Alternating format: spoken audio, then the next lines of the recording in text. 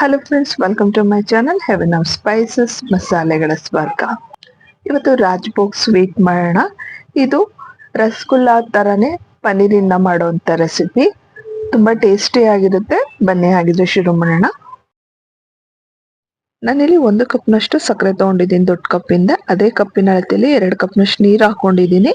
ಸಕ್ಕರೆ ಪೂರ ಕರಗಿದ ನಂತರ ನಾನು ಇದಕ್ಕೆ ಒಂದು ಅರ್ಧ ಚಮಚದಷ್ಟು ನಿಂಬೆಹಣ್ಣಿನ ರಸ ಹಾಕೊಳ್ತೀನಿ. ಸಕ್ಕರೆ ಗಟ್ಟಿ ಪಾಕ ಆಗೋದು ಬೇಡ, ಎಳೆ ಪಾಕನೂ ಬರೋದು ಬೇಡ. ಜಸ್ಟ್ ಸಕ್ಕರೆ ಕರಗಿದ್ರೆ ಸಾಕು. ಇಲ್ಲಿ ಒಂದು ಬಟ್ಲಿಗೆ ಒಂದು ಪಿಂಚ್ನಷ್ಟು ಕೇಸರಿ ಹಾಕೊಂಡು ಹಾಲು ಅಥವಾ ನೀರಿಂದ ಇದನ್ನ ನೆನೆಯೋದಕ್ಕೆ ಬಿಡೋಣ.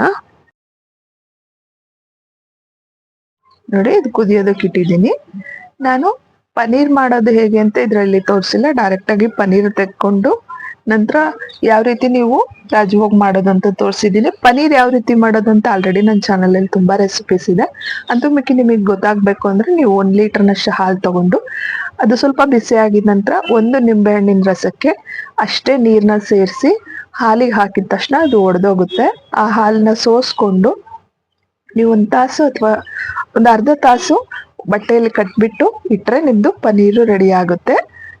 ನೀವು ಈ ತರ ಸ್ವೀಟ್ ಮಾಡೋದಿದ್ರೆ ಇಮಿಡಿಯೇಟ್ ಆಗಿ ತೆಕ್ಕೊಳ್ಬಹುದು. ಅಕಸ್ಮಾತ್ ನೀವೇನಾದ್ರೂ ಪನ್ನೀರ್ ರೆಸಿಪಿಗೆ ಮಾಡ್ತಾ ಇದ್ದೀರಾ ಅಂದ್ರೆ ಅದ್ರ ಮೇಲೆ ಏನಾದ್ರೂ ಒಂದು ವೇಟ್ ಇಟ್ಬಿಟ್ಟು ಅದನ್ನ ನೀವು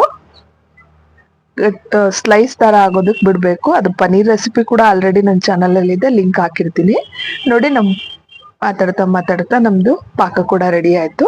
ನೋಡಿ, ಪನ್ನೀರ್ ಈ ಹದಕ್ಕೆ ಇರ್ಬೇಕು. ತುಂಬಾ ಗಟ್ಟಿ ಆಗಿ ನೀರಿನ ಅಂಶನು ತೆಗಿಬೇಡಿ, ತುಂಬಾ ನೀರು ಇರಬಾರ್ದು.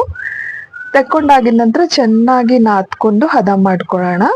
ಒಂದು 5 ರಿಂದ 6 ನಿಮಿಷ ಚೆನ್ನಾಗಿ ನಾದ್ಕೊಳ್ಳಿ. ನೋಡಿ, ಇಷ್ಟ ಆದ್ರೆ ನಮ್ದು ಪಾಕ ರೆಡಿ ಆಗಿದೆ. ಇದನ್ನ ಆಫ್ ಮಾಡಿ ಇಟ್ಕೊಳ್ತಾ ಇದ್ದೀನಿ ಒಂದ್ ಕಡೆಗೆ. ಹಾಗೆ ನೋಡಿ, ನಮ್ ಪನ್ನೀರ್ ಕೂಡ ನಾದ್ಕೊಂಡು ರೆಡಿ ಮಾಡ್ಕೊಂಡಾಯ್ತು. ಅವಾಗಲೇ ಏನು ನಾವು ಕೇಸರ್ ನೆನ್ಸಿಟ್ಕೊಂಡಿದ್ವಿ ಅದರದ್ದು ನೀರ್ ಹಾಕೊಳ್ಳೋಣ. ನಿಮ್ಮ ಹತ್ರ ಕೇಸರಿ ಇಲ್ಲ ಅಂದ್ರೆ ನೀವು ಒಂದು ಪಿಂಚ್ ಹಳದಿ ಹಾಕ್ಬೋದು, ಅರ್ಶಿನ, ಅಥವಾ ಫುಡ್ ಕಲರ್ ಇದ್ರೆ ಅದನ್ನ ಕೂಡ ಹಾಕೊಳ್ಬಹುದು. ಬೇಡ ಅಂದ್ರೆ ಈ ರೀತಿ ಕೇಸರಿ ನೆನ್ಸಿರೋಂಥ ನೀರ್ನ ಹಾಕೊಳ್ಬಹುದು. ನೀವು ಇದನ್ನ ಉಂಡೆ ಮಾಡಿದ್ರೆ ಎಲ್ಲಿ ಕೂಡ ಕ್ರ್ಯಾಕ್ಸ್ ಬರಬಾರ್ದು. ಅದಕ್ಕೆ ಆಗಿದೆ ಅಂದಾಗ ನೀವು ಇದನ್ನ ನಾದನ್ನ ಸ್ಟಾಪ್ ಮಾಡ್ಬೋದು. ತುಂಬಾ ಜಾಸ್ತಿ ನಾದಿದ್ರು ಹಾಳಾಗುತ್ತೆ, ಚೆನ್ನಾಗಿ ನಾದಿಲ್ಲ ಅಂದ್ರೂ ಹಾಳಾಗುತ್ತೆ. ಸೊ ನೋಡ್ಕೊಂಡು ನಾದ್ಕೊಳ್ಳಿ. ನೋಡಿ, ಈ ಹದಕ್ಕೆ ಬಂದ್ರೆ ಸಾಕು.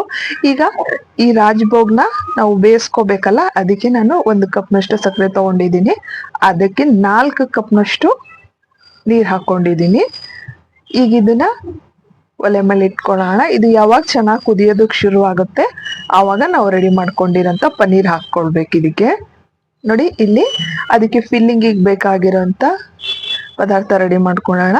ಆ ಪನ್ನೀರ್ ಏನ ಹಾಕೊಂಡಿದ್ವಿ ಅದನ್ನ ಒಂದು ದೊಡ್ಡ ನಿಂಬೆಹಣ್ಣು ಸೈಜಿನಷ್ಟು ತಗೊಂಡಿದ್ದೀನಿ. ಹಾಗೆ ಸ್ವಲ್ಪ ಏಲಕ್ಕಿ ಪುಡಿ, ಹಾಗೆ ಡ್ರೈ ಫ್ರೂಟ್ಸ್, ಗೋಡಂಬಿ, ಬಾದಾಮು, ಪಿಸ್ತಾ ತಗೊಂಡಿದ್ದೀನಿ. ಹಾಗೆ ಸಕ್ಕರೆ ಹಳ್ಳುಗಳು, ದೊಡ್ಡ ಸಕ್ಕರೆ ಹಳ್ಳುಗಳೇನ್ ಬರುತ್ತೆ ಡೈಮಂಡ್ ಶೇಪ್ದು, ಆ ತರದ್ ಹಾಕೊಂಡಿದ್ದೀನಿ. ಅಷ್ಟನ್ನು ಚೆನ್ನಾಗಿ ಕಲಿಸ್ಕೊಳ್ಳೋಣ. ಇದೆಲ್ಲ ಎಷ್ಟೆಷ್ಟು ಮೆಜರ್ಮೆಂಟ್ ಅಲ್ಲಿ ತಗೊಂಡಿದ್ದೀನಿ ಅನ್ನೋದ್ರ ಡಿಸ್ಕ್ರಿಪ್ಷನ್ ಅಲ್ಲಿ ಡೀಟೇಲ್ ಆಗಿ ಹಾಕಿರ್ತೀನಿ, ನೀವು ಬೇಕಂದ್ರೆ ಚೆಕ್ ಮಾಡಿ ನೋಡಿ. ಈ ರೀತಿ ಕಲಿಸ್ಕೊಂಡು ರೆಡಿ ಮಾಡ್ಕೊಂಡಾಗಿದ ನಂತರ ಇದನ್ನ ಚಿಕ್ಕ ಚಿಕ್ಕ ಉಂಡೆಗಳನ್ನಾಗಿ ಮಾಡ್ಕೊಳ್ಳೋಣ. ಏನು ರಾಜ್ಭೋಗ್ ಮಾಡ್ತೀವಿ ಅದರಲ್ಲಿ ಇದನ್ನ ಫಿಲ್ಲಿಂಗ್ ಮಾಡೋದಕ್ಕೆ ಬೇಕು.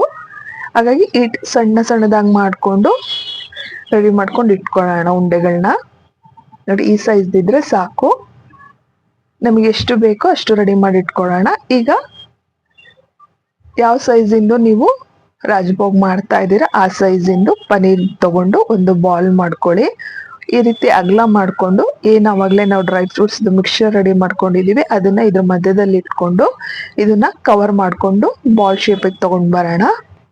ನಾವೇನು ಸಕ್ಕರೆ ಪಾಕ 2 ಟೈಮ್ ಮಾಡಿದೀವಿ. 2 ಟೈಮ್ ಮಾಡದೆ ನೀವು ಒಂದೇ ಟೈಮಲ್ಲಿ ಮಾಡ್ಕೊಂಡು ಅದನ್ನೇ ಕೂಡ ನೀವು ಬಳಸ್ಕೊಳ್ಬೋದು. ಹೇಗೆ ಅಂದ್ರೆ ಈಗೇನು ನಾವು ಒಂದು ಕಪ್ಪು ಸಕ್ಕರೆಗೆ 4 ಕಪ್ಪು ನೀರ್ ಹಾಕಿ ಬೇಯಿಸಕ್ಕಿಟ್ಟು ನೀರ್ ಕುದಿಯೋದಕ್ಕೆ ಇಟ್ಟಿದೀವಿ. ಅದೇ ನೀರನ್ನ ನೀವು ಫಸ್ಟ್ 15 ನಿಮಿಷ ಈ ಸೈಜಲ್ಲಿ ಇನ್ಕ್ರೀಸ್ ಆಗೋವರೆಗೂ ಬಿಟ್ಕೊಂಡು ನಂತರ ಸೈಜಲ್ಲಿ ಇನ್ಕ್ರೀಸ್ ಆಗಿದ್ಮೇಲೆ ಮತ್ತೆ ಒಂದು 15 ನಿಮಿಷ ಅದೇ ನೀರಲ್ಲಿ ಚೆನ್ನಾಗಿ ಕುದಿಸ್ಕೊಂಡ್ರೆ ನಿಮ್ದು ರಾಜ್ಭೋಗ್ ಹಾಗೂ ಕೂಡ ರೆಡಿ ಆಗುತ್ತೆ. ಹಾಗೂ ಕೂಡ ನೀವು ಸರ್ವ್ ಮಾಡ್ಬೋದು. ಅಥವಾ ಈಗ ನಾನೇನ್ ಪ್ರೋಸೆಸ್ ತೋರಿಸಿದ್ದೀನಿ ಮೆಥಡ್ ಅಲ್ಲಿ ನೀವು ಆ ರೀತಿ ಕೂಡ ಮಾಡ್ಬೋದು. ನೀರು ಚೆನ್ನಾಗಿ ಬಾಯ್ಲ್ ಆಗಕ್ಕೆ ಶುರು ಆಗಿದೆ. ಈಗ ರೆಡಿ ಮಾಡ್ಕೊಂಡಿರೋಂಥ ಪನ್ನೀರ್ ಬಾಲ್ಸ್ ಹಾಕೊಳ್ಳೋಣ. ನೋಡಿ, ಒಂದು 2 ನಿಮಿಷ ಹೀಗೆ ಬಿಡ್ತಾ ಇದ್ದೀನಿ. ನೋಡಿ ಸೈಜ್ ನೋಡ್ಕೊಳ್ಳಿ ಎಷ್ಟು ಪುಟ್ಟದಾಗಿದೆ, ಆಮೇಲೆ ಬೆಂದಾಗಿದೆ ಎಷ್ಟು ದೊಡ್ಡದಾಗುತ್ತೆ ನಿಮ್ಗೆ ಗೊತ್ತಾಗುತ್ತೆ. ಒಂದು 2-3 ನಿಮಿಷ ಇದನ್ನ ಹೀಗೆ ಕುದಿಯೋದಕ್ಕೆ ಬಿಟ್ಬಿಟ್ಟು ನಂತರ ಇದನ್ನ ಕ್ಲೋಸ್ ಮಾಡ್ತಾ ಇದ್ದೀನಿ ಲಿಡ್ಡಿಂದ. ಹಾಗೆ ಇಲ್ಲಿ ಈ ಲಿಡ್ಡಿಯಲ್ಲಿ ಒಂದು ಚಿಕ್ಕ ತೂತಿದೆ, ಆ ತೂತಿಗೋಸ್ಕರ ನಾನು ಒಂದು ಬೌಲಿಂದ ಮುಚ್ತಾ ಇದ್ದೀನಿ. ನೀವು ಬೇಕು ಅಂದ್ರೆ ಹಿಟ್ಟು ಏನಾರು ತಗೊಂಡು ಕವರ್ ಮಾಡ್ಬೋದು, ಅಥವಾ ಬಿಟ್ರು ಏನೂ ತೊಂದರೆ ಇಲ್ಲ. ಬಟ್ ಕವರ್ ಆದ್ರೆ ತುಂಬಾ ಚೆನ್ನಾಗಿ ಈವನ್ ಆಗಿ ಬೇಯುತ್ತೆ ಅಂತ. ನೋಡಿ ಸೈಜ್ ಅಲ್ಲಿ ಎಷ್ಟು ಚೆನ್ನಾಗಿ ಇನ್ಕ್ರೀಸ್ ಆಗ್ತಾ ಇದೆ, ದೊಡ್ಡದಾಗ್ತಾ ಇದೆ. ನಾನಿಲ್ಲಿ ಒಂದು ಬೌಲಲ್ಲಿ ಐಸ್ ವಾಟರ್ ತಗೊಂಡಿದ್ದೀನಿ. ಈ ಪ್ರೋಸೆಸ್ ಏನಿದೆ, ಈ ಮೆಥಡ್ ನಿಮ್ಗೆ ಆಪ್ಷನಲ್, ಬೇಕು ಅಂದ್ರೆ ಮಾಡ್ಕೊಳ್ಳಿ, ಬೇಡ ಅಂದ್ರೆ ಸ್ಕಿಪ್ ಮಾಡ್ಬೋದು. ಈ ಹಂತಕ್ಕೆ ಬಂದಾಗಿದ ನಂತರ ಮತ್ತೆ ನೀವು ಇನ್ನೊಂದು 15 ನಿಮಿಷ ಬೇಯಿಸ್ಕೊಂಡು ಹಾಗೆ ಸರ್ವ್ ಮಾಡ್ಬೋದು. ನಾನಿಲ್ಲಿ ಪಾಕ ಬಿಟ್ಟು ಬರೀ ಏನು ಪನೀರ್ ಬಾಲ್ಸ್ ಇದೆ ಅದನ್ನ ಐಸ್ ವಾಟರ್ಗೆ ಹಾಕೊಳ್ತಾ ಇದ್ದೀನಿ. ಒಂದು 2 ನಿಮಿಷ ಇದರಲ್ಲಿ ಬಿಟ್ಬಿಟ್ಟು ಚೆನ್ನಾಗಿ ನೀರಿನ ಅಂಶನ ಹಿಂಡಿ ತೆಗೆದು ಅವಾಗಲೇ ಫಸ್ಟ್ ಏನು ನಾವು ಸಕ್ಕರೆ ಪಾಕ ರೆಡಿ ಮಾಡ್ಕೊಂಡಿದ್ವಿ ಆ ಪಾಕಕ್ಕೆ ಹಾಕೊಳ್ಳೋಣ ಇದನ್ನ. ಈ ಪಾಕ ಯಾವಾಗಲೂ ಗಟ್ಟಿಯಾಗಿರ್ಬಾರ್ದು, ರಸಗುಲ್ಲ ಆಗಿರ್ಬೋದು ಅಥವಾ ನೀವು ಬೇರೆ ಯಾವುದೇ ಸ್ವೀಟ್ಸ್ ಮಾಡಲಿ, ಇದ್ರದ್ದು ಪಾಕ ಸ್ವಲ್ಪ ನೀರಾಗೇ ಇರುತ್ತೆ. ನೋಡಿ ಈ ರೀತಿ ಚೆನ್ನಾಗಿ ನೀರನ್ನ ಹಿಂಡ್ಬಿಟ್ಟು ರೆಡಿ ಮಾಡ್ಕೊಂಡಿರೋಂಥ ಪಾಕಕ್ಕೆ ಹಾಕೊಳ್ಳೋಣ. ಫಸ್ಟ್ ಏನು ಮಾಡ್ಕೊಂಡಿದ್ವಲ್ಲ ಆ ಪಾಕಕ್ಕೆ. ನಿಮ್ಗೆ 2 ಸರಿ ಮಾಡ್ಕೊಳ್ಳೋದ್ರಿಂದ ಆ ಇನ್ನೊಂದು ಏನು ಬೇಯಿಸ್ಕೊಳಕ್ ತಗೊಂಡಿದ್ವಿ ಆ ಪಾಕ ವೇಸ್ಟ್ ಆಗುತ್ತೆ ಅನ್ನೋದಾದ್ರೆ ನೀವು ಡೈರೆಕ್ಟ್ ಆಗಿ ಅದ್ರಾಗಲೇ ಕುದಿಸ್ಕೊಂಡು ರೆಡಿ ಮಾಡ್ಕೊಳ್ಬೋದು. ಈ ರೀತಿ ಮಾಡೋದ್ರಿಂದ ಪಾಕನ ತುಂಬಾ ಚೆನ್ನಾಗಿ ಅಬ್ಸರ್ವ್ ಮಾಡುತ್ತೆ ಅಂತ ಅಷ್ಟೇ. ನೋಡಿ ಎಲ್ಲಾನು ಅದೇ ರೀತಿ ಹಾಕೊಳ್ಳೋಣ. ನಿಮ್ಗೆ ತೋರಿಸ್ತೀನಿ ಎಷ್ಟು ಚೆನ್ನಾಗಿ ಸಕ್ಕರೆ ಪಾಕ ಹೀರ್ಕೊಂಡಿದೆ ಅಂತ. ನೋಡಿ ನೀವು ಎಷ್ಟು ಸರಿ ತೆಗೆದು ಡಿಪ್ ಮಾಡಿದ್ರು ಅಷ್ಟೇ ಚೆನ್ನಾಗಿ ಸಕ್ಕರೆನ ಅದು ಅಬ್ಸರ್ವ್ ಮಾಡ್ತಾ ಇದೆ. ಖಂಡಿತ ಟ್ರೈ ಮಾಡಿ ನೋಡಿ ರೆಸಿಪಿನ. ಡಿಸ್ಕ್ರಿಪ್ಷನ್ ಅಲ್ಲಿ ಡೀಟೇಲ್ ಆಗಿ ರೆಸಿಪಿ ಲಿಂಕ್ ಹಾಗೆ ಡೀಟೇಲ್ಸ್ ಹಾಕಿರ್ತೀನಿ. ವಿಡಿಯೋ ನೋಡಿದ್ದಕ್ಕೆ ಧನ್ಯವಾದಗಳು.